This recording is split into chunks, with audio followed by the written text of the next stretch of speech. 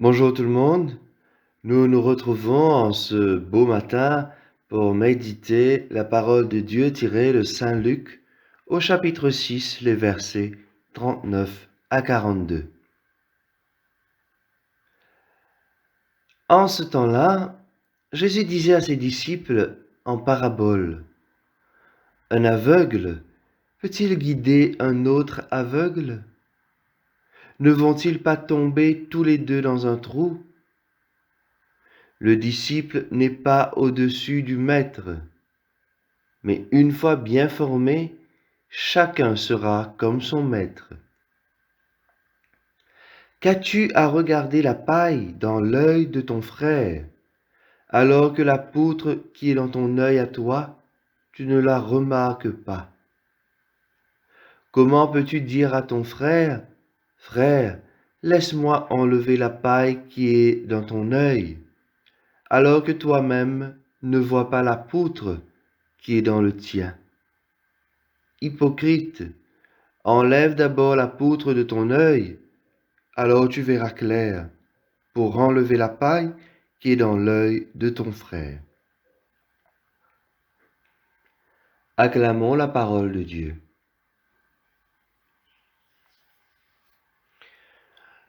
Chers amis, ce passage bien court nous appelle toujours pour un voyage intérieur. Le Seigneur nous invite à apprendre à regarder sa propre vie, à faire son propre questionnement, à revoir ses attitudes, ses habitudes, avant de tourner son regard vers les autres pour souvent les juger. Aujourd'hui, simplement, je vous propose un exercice bien simple. Que chacun de nous puisse trouver un moment durant la journée, durant le week-end, quelques minutes simplement, rien de bien long. Juste un temps pour se mettre face à Dieu, se présenter tel que nous sommes.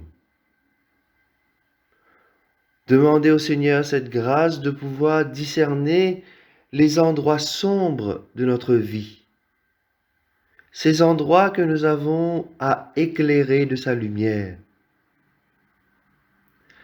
Parce que c'est en étant soi-même éclairé, c'est en marchant dans la lumière du Seigneur que nous pourrons être lumière pour nos frères et sœurs. Prenons ce temps avec le Seigneur, chers amis. Seigneur, ta lumière est notre vie. Aujourd'hui encore, donne-nous de l'apercevoir, de la recevoir, de la recueillir, même en petits éclats, qu'elle ne soit comme une clarté qui en nous se lève et repousse nos obscurités. Donne-nous d'être aujourd'hui les uns pour les autres des reflets de ta lumière. Toi qui tires de leur nuit les aveugles, de leur prison les captifs, de leur cachot les habitants de l'ombre. Donne-nous, Jésus, ta lumière, ta grâce et ta vérité. Amen.